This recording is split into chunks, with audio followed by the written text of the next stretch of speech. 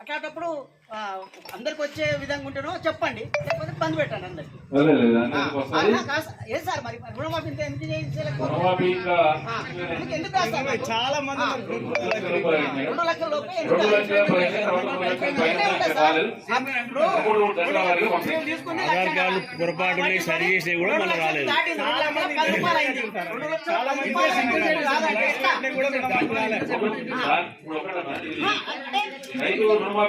మాట్లాడలేదు.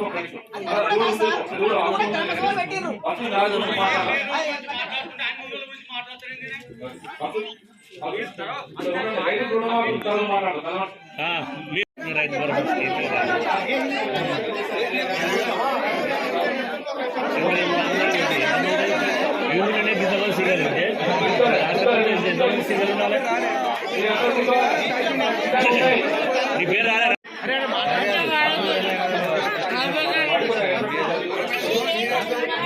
Family separate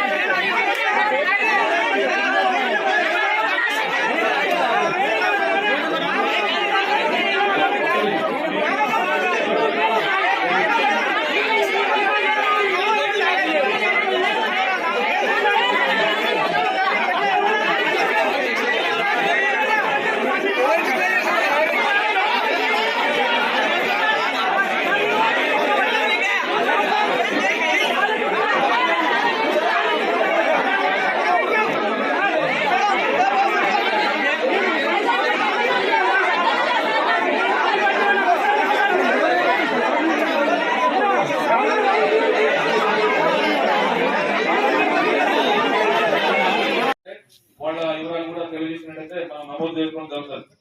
కాబట్టి దీని మీద కూడా సలహాలు సూచనలు మళ్ళీ అభ్యంతరాలని తెలియజేయాల్సి ఉంటుంది.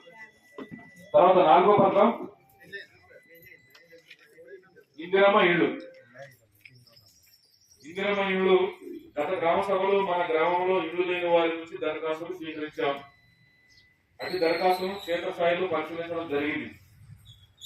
ఈ క్షేత్ర పరిచయంలో ఇంటి స్థితిగతులను, ఇప్పుడు చూస్తున్న ఇంటి కప్పు వివరాలు, ఇల్లు కట్టుకోవడానికి కావాల్సిన స్థలాన్ని పరిశీలించి ఫోటోలు కూడా తీసుకోవడం జరిగింది. 40 ఏళ్లలోపు వితంతువులు, పారిశుద్ధ్య కార్మికులు, అంగవైకల్యం కలవారు, భూమి లేని నిరుపేదలు వారికి ప్రత్యేకంగా దీనికి ప్రాధాన్యత ఇవ్వబడుతుంది. ఇల్లు కట్టుకునేందుకు స్థలం ఉన్న వారికి ఒక జాబితాగా, స్థలం లేని వారి 2వ జాబితాగా ఈ గ్రామ సభలో మీ ముందు ఉంచుతున్నాం. అది కూడా పెంచేయడం జరిగింది ఇక్కడ. తర్వాత మీ ముందు ఉంచిన వివరాలు సరిచూసుకోవాల్సిందిగా మేము కోరుతున్నాం.